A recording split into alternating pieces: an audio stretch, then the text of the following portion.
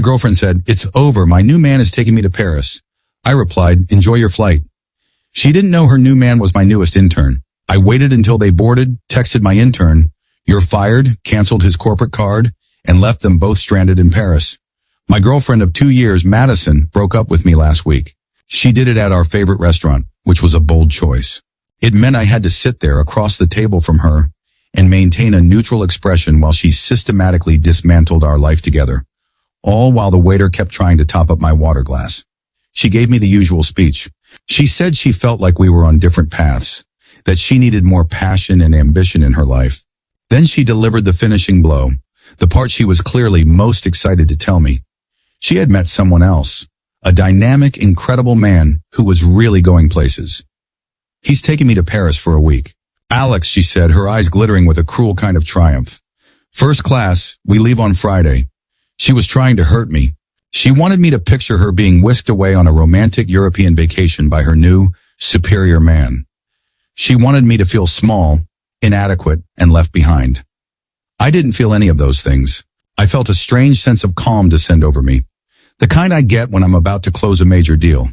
Because as she was describing her new man, I realized I knew exactly who he was. His name is Leo, and he's my newest intern. Let me provide some context because this is important. I'm a vice president at a large multinational technology firm. About 3 months ago, our company took on a cohort of elite MBA interns from top-tier business schools. Leo was the star of the group, brilliant, charismatic, and pathologically ambitious. He was assigned directly to my team. I saw his potential, but I also saw his arrogance. He was a gambler, a risk-taker who believed he was too smart to fail. Because of the high-level projects my division handles, I was authorized to grant Leo a corporate American Express card. This is not standard practice for interns, but he was on a fast track. The card was intended for approved expenses related to an upcoming project that involved potential international travel and client meetings in Europe. It had a generous limit, and as his direct manager and the authorizing VP, I had full oversight of his account. I was giving him a lot of rope, a test to see if he could handle the responsibility. So when Madison, whose own salary is modest, started talking about first-class tickets to Paris, a switch flipped in my head. I knew Leo didn't have the personal funds for that kind of trip. There was only one way he could be paying for it. He was using the rope I gave him to hang himself. I continued to play my part. I listened patiently to Madison.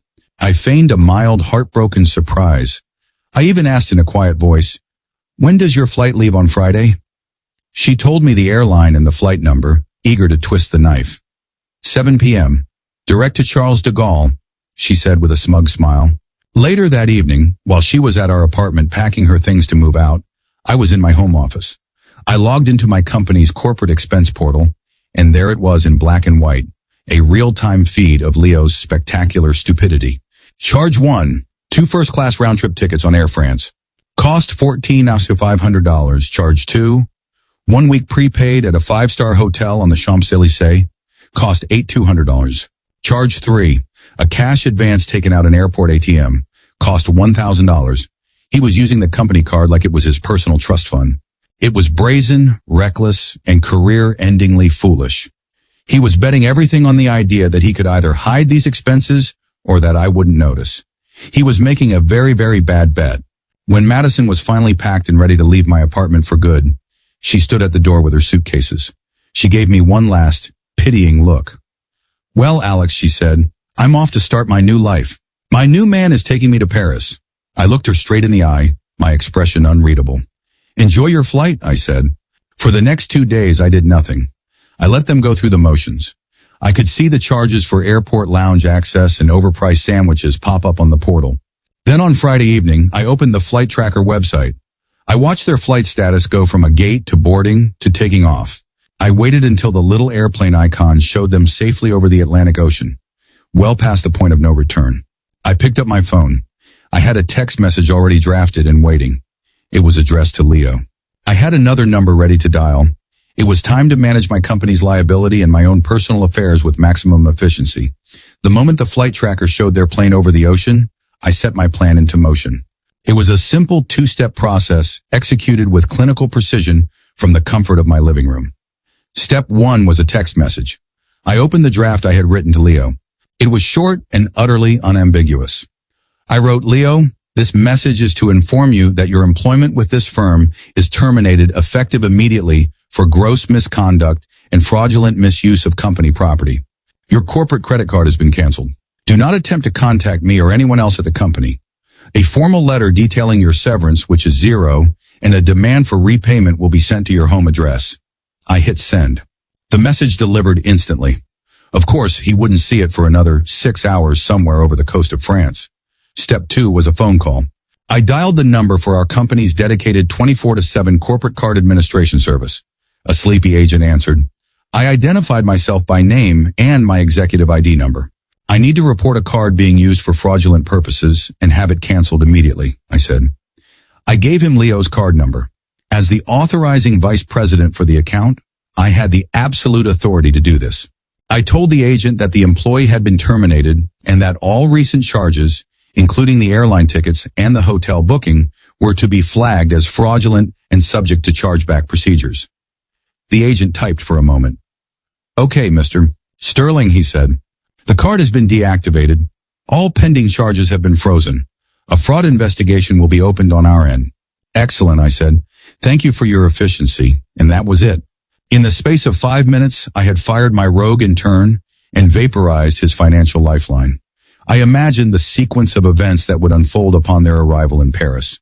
They would be giddy with excitement, full of champagne from their first-class flight. They would take a taxi to their luxurious 5-star hotel. They would walk up to the check-in desk and the polite concierge would look at their reservation, tap on his keyboard, and then deliver the bad news with a slight frown. I'm so sorry, sir, but the credit card used to book this room has been declined. The reservation is no longer valid. From there, their dream vacation would spiral into a nightmare. Every plan they had would evaporate. The corporate card in Leo's wallet was now just a useless piece of plastic. His personal bank account, as I knew from his intern salary, would be woefully inadequate for even one night in a cheap Parisian hotel, let alone 2 last-minute economy tickets back home. They were stranded. Just as I predicted, about 8 hours later, my phone began to vibrate. It was a call from a number I didn't recognize, but the country code was for France. I let it go to voicemail. A minute later, it rang again. Ignored. Then came the barrage of texts from Madison. Alex, what did you do? The hotel won't let us check in. Leo's card keeps getting declined everywhere. He says you canceled it. He just got a text saying he's fired. Is this your idea of a joke? Alex, this isn't funny. We have no money. We are stuck here. You have to fix this. You owe me this. I read the text, a cold sense of justice washing over me. Owed her. I owed her nothing. After a dozen more frantic messages, I decided to grant her one final reply. I typed a single simple sentence. This sounds like a personal problem between you and your dynamic, ambitious man. As I said before, enjoy your flight, or in this case, your vacation. I sent the message. Then I blocked her number. I blocked her on every social media platform. I erased her from my digital life as completely as I had just erased her vacation plans. Shortly after, a few of her friends started texting me, clearly fed a panicked, one-sided story. What you're doing to Madison is cruel, one wrote. There's been a terrible misunderstanding. You need to help them. I didn't reply. I just blocked their numbers too. This wasn't a misunderstanding. It was a consequence. Madison had hitched her wagon to a dot man who tried to build a life on theft and arrogance. I simply pointed it out to him and to her in the most direct and undeniable way possible.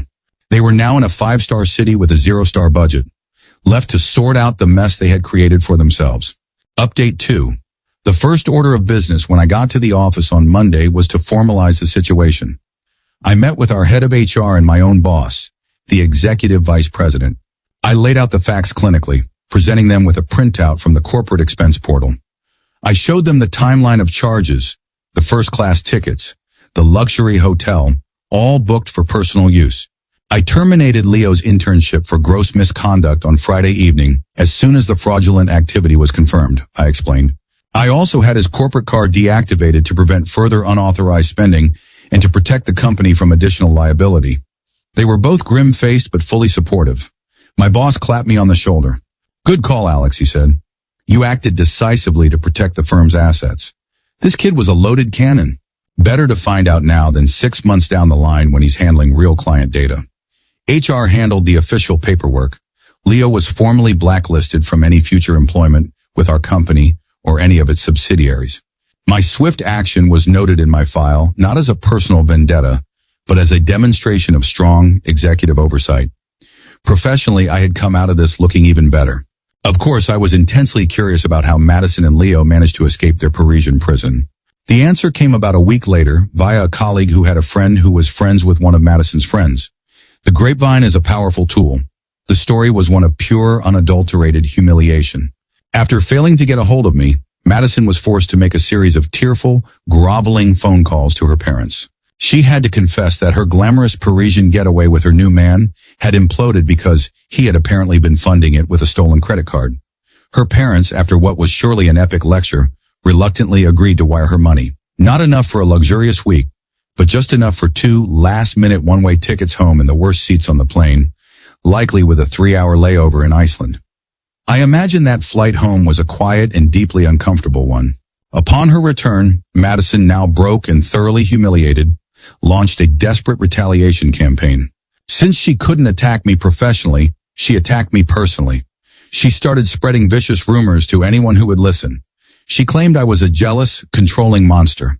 She said I had been emotionally abusive for years and that I had engineered Leo's firing out of pure spite because I couldn't handle her leaving me for a better man. She also tried a financial attack. She sent me a long, legally worded email, clearly written by someone else, demanding I return all the gifts she had given me over our 2 years together. She also claimed she was entitled to a portion of my assets because of her emotional labor and her contributions to our shared life. The list of her supposed property included expensive furniture, art, and electronics that I had bought long before she moved into my apartment. This was amateur hour. I didn't even respond to her email. I simply forwarded it to my personal attorney. My lawyer drafted a short, sharp, and brutal cease and desist letter. It stated in no uncertain terms that I owed her nothing. It pointed out that her claims to my property were baseless and fraudulent. It included copies of receipts for the major items she had listed, proving my sole ownership. The letter concluded with a very clear warning. It referenced the fact that she was knowingly complicit in Leo's attempt to defraud my company by participating in the trip. It noted that while my company was pursuing Leo, they had as of now chosen not to pursue her. The letter strongly advised her that any further contact, harassment, or defamatory statements against me could result in me recommending to my company's legal team that they reevaluate her status as a witness and consider her a co-conspirator. It was a checkmate. Threatening her would accomplish nothing. But threatening her with the full legal weight of a multi-billion-dollar corporation? That was a threat she had to take seriously. The rumors stopped. The emails stopped. There was only silence. Final update. It has been 4 months since the Paris incident. The waves have settled and the final consequences of Madison and Leo's little adventure have come fully into focus. Their story did not have a happy ending. First, Leo. His professional life is not just stalled, it's a smoldering crater. My company's legal department, as promised, sent him a formal demand letter for the repayment of every single dollar he fraudulently charged to the corporate card. The total came to just over $24,000. They gave him 30 days to arrange a payment plan before they would escalate to a civil suit. Furthermore, my company's HR department, as is standard practice in cases of ethical violations, sent a formal letter to the dean of his business school. The letter detailed the circumstances of his termination, including the misuse of funds and the breach of contract. An MBA from a top school is built on a foundation of networking and reputation. That foundation is now poisoned. He has been blacklisted in our industry. No reputable firm will hire someone with a record of being fired for cause over financial misconduct. His brilliant career was over before it even began. Now for Madison. Her life since returning from her 2-day week in Paris has been a slow, painful collapse. The relationship with Leo, which was built entirely on his flashy promises and my company's money, evaporated the moment they landed back home. He was now unemployed, disgraced, and facing a massive debt. He was no longer the dynamic alpha she had left me for. He was a liability. They broke up within a week. Madison found herself in a terrible position. She was broke, having spent her savings on a humiliating flight home. She had been publicly dumped by the man she had publicly left me for, and she was effectively homeless, as her name was never on my lease. The last I heard from that same reliable grapevine, she was forced to move back in with her parents. She is in her late 20s, living in her childhood bedroom, her grand Parisian dream having turned into a nightmare of suburban failure. I received one final email from her about a month ago, sent from a new address. It was a pathetic, rambling message. It alternated between blaming me for ruining her life and vaguely apologizing for how things ended. It was the classic self-pitying monologue of a person who still refuses to take responsibility for her own choices. I read it, felt absolutely nothing, and then deleted it and blocked the address. As for me, life is good. My position at the company is stronger than ever. I am respected for being a leader who is both decisive and protective of the company's interests. My apartment is peaceful. I've been focusing on my work, hitting the gym, and reconnecting with friends who I had neglected while I was with Madison. I don't consider what I did to be revenge, not in the emotional sense. I saw it as a risk management problem. I had an employee who was a liability and a partner who was complicit in his recklessness. I took the most efficient and logical steps to neutralize the threat to my company and to my own life. The fact that their personal lives imploded as a result was simply a predictable consequence of their own terrible decisions. They gambled, using my company's money and my trust as their stake, and they lost spectacularly.